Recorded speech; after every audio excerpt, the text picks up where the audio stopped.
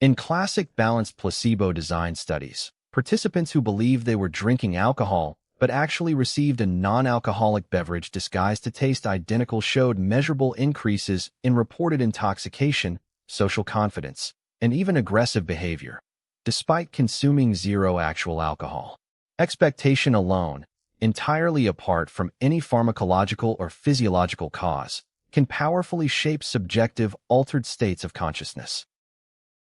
The balanced placebo design is a rigorous experimental method that independently manipulates two separate factors: what a participant actually physiologically receives, such as alcohol or a non-alcoholic placebo beverage, and what the participant believes they received through deceptive labeling or disguised taste, creating four experimental groups: told alcohol and given alcohol, told alcohol but given placebo, told placebo but given alcohol, and told placebo and given placebo, allowing researchers to statistically separate the pharmacological effects of a substance from the purely psychological effects of expecting to have consumed it.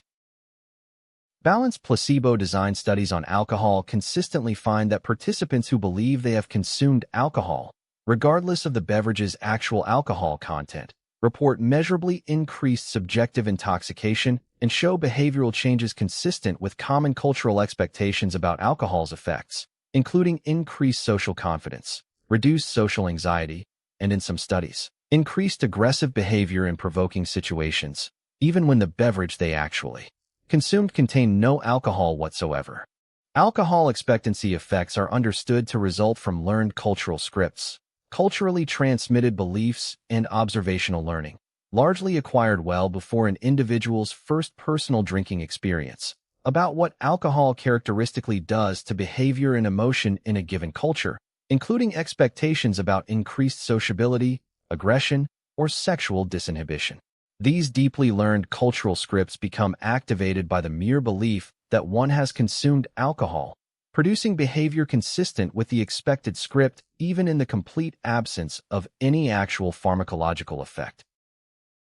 Irving Kirsch's response expectancy theory proposes more broadly that a person's explicit or implicit expectation of experiencing a specific subjective or behavioral state can directly and substantially shape their actual subjective experience of that state, extending well beyond alcohol to phenomena, including hypnotic responsiveness, where a person's prior expectations about how hypnotizable they are and what hypnosis will feel like substantially predict their actual hypnotic responsiveness, and clinical outcomes, where expectation of improvement contributes meaningfully to treatment response across both medical and psychological interventions. It is important to recognize that expectation effects and genuine pharmacological or physiological effects are not competing, mutually exclusive explanations for altered states of consciousness. Real substances like alcohol clearly do have genuine, measurable pharmacological effects on the brain, and expectation effects typically operate alongside and interact with these genuine physiological effects rather than replacing them entirely,